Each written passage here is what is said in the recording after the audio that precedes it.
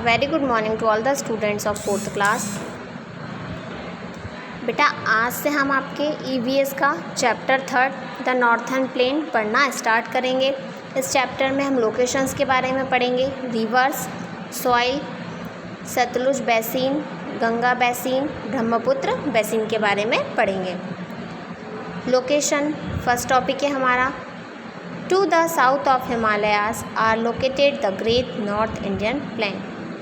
अब जो हिमालयन का सर्थन पोर्शन है, मतलब हिमालयन का दक्षिण हिस्सा जो है, वहाँ से नॉर्थ प्लेन इंडिया का है।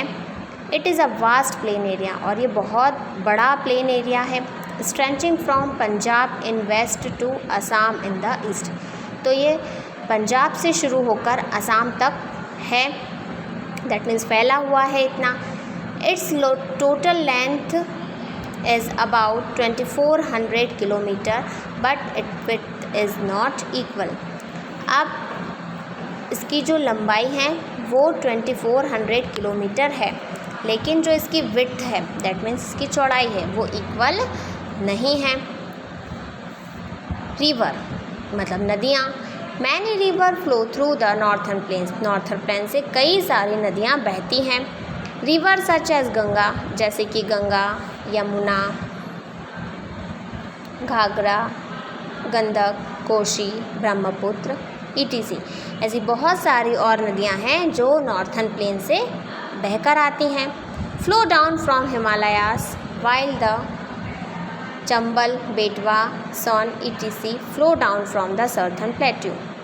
अब ऊपर जो हमने नदियां पढ़ी, जैसे गंगा, जमुना, मतलब यमुना है ना, कोशी, ब्रह्मपुत्र, ये सब हिमालयन से नीचे की तरफ आती हैं, जबकि कुछ नदी जैसे चंबल, बेटवा, सोन, ये नदियां हैं, ये सर्थर्न प्लेट्यू से आती हैं।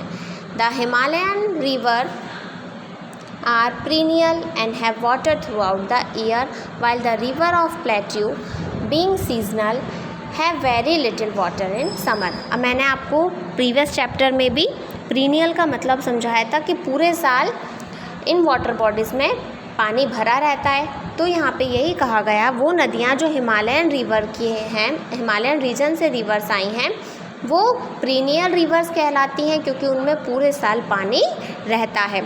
जबकि जो हमने चंबल, बेटवा वगैरह पढ़ी, इन नदियों को सीजनल कहते हैं। जो रिवर प्लेट्यू से होकर आई हैं वो सीजनल है, मतलब समर के समय, गर्मियों के समय ये नदियाँ सूख जाती हैं, इनमें पानी कम हो जाता है।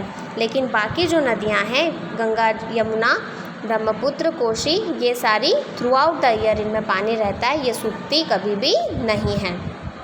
नेक्स्ट टॉपिक है हमारा सॉइल। अब मिट्टी कैसी है इस रीजन की।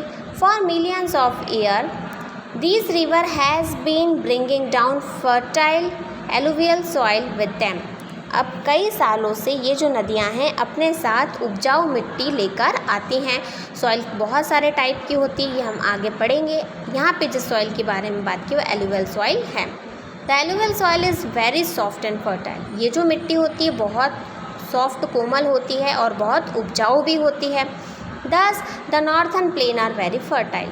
इसी वजह से जितने भी नॉर्थर्न प्लेन्स में जो एरियाज़ आते हैं, जितने भी एरियाज़ आते हैं, वो बहुत फर्टाइल है, बहुत उपजाऊ हैं। The river flowing down the plains divided into 3 part. अब जो रिवर बहकर ऊपर से नीचे की तरफ आती है, तब वो प्लेन पर आने पर 3 हिस्सों में बढ़ जाती है। एक है सतलुज बेसिन, दूसरा है गंगा बेसिन और तीसरा है ब्रह्मपुत्र बेसिन। अब सबसे पहले हम पढ़ेंगे सतलुज बेसिन के बारे में। The western part of the northern plain is known as Sutlej basin. अब जो नॉर्थर्न प्लेन का वेस्टर्न हिस्सा है, मतलब नॉर्थर्न प्लेन का जो पश्चिम वाला हिस्सा है, उसको सतलुज बेसिन के नाम से जाना जाता है।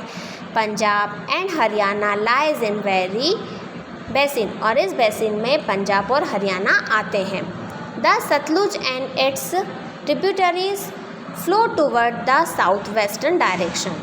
अब जो सतलुज है उसकी जितनी भी ट्रिब्यूटरीज़ हैं वो सब किधर की तरफ बहती हैं, दक्षिण पश्चिम की तरफ बहती हैं। Later the Sutlej merge into the Indus in Pakistan, और फिर ये जाके इंडस जो है पाकिस्तान की जो रिवर है वो वहाँ पे जाके मिल जाती है। This region does not get enough rain and much of irrigation is done by tube wells and canal.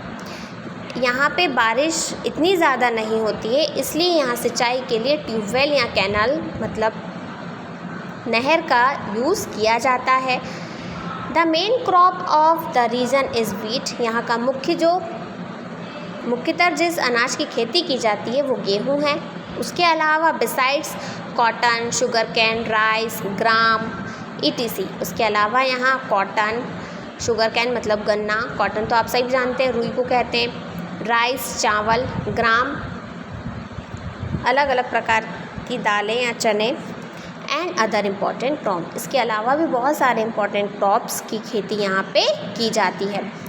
Sutlej हम ऐसे समझ सकते हैं, जो रिवर जो प्लेन पे आती है बहती हुई वो 3 में बट जाती है। एक सतलुज में, तो सबसे पहला हमने यहाँ सतलुज ही पढ़ा, जो किस दिशा में बहती है, दक्षिण पश्चिम दिशा में बहती है और इंडस में जाकर फिर मिल जाती है। और यहाँ पे जो एरिया है यहाँ पे बारिश कम होती है, इसलिए सिंचाई के लिए खेतों में ट्यूबवेल और कैनाल का यूज़ किया जाता है। और कुछ क्रॉप्स और ग्रेन्स हमने यहाँ रीड किए। इसके आगे का जो चैप्टर है बेटा हम नेक्स्ट क्लास में रीड करेंगे।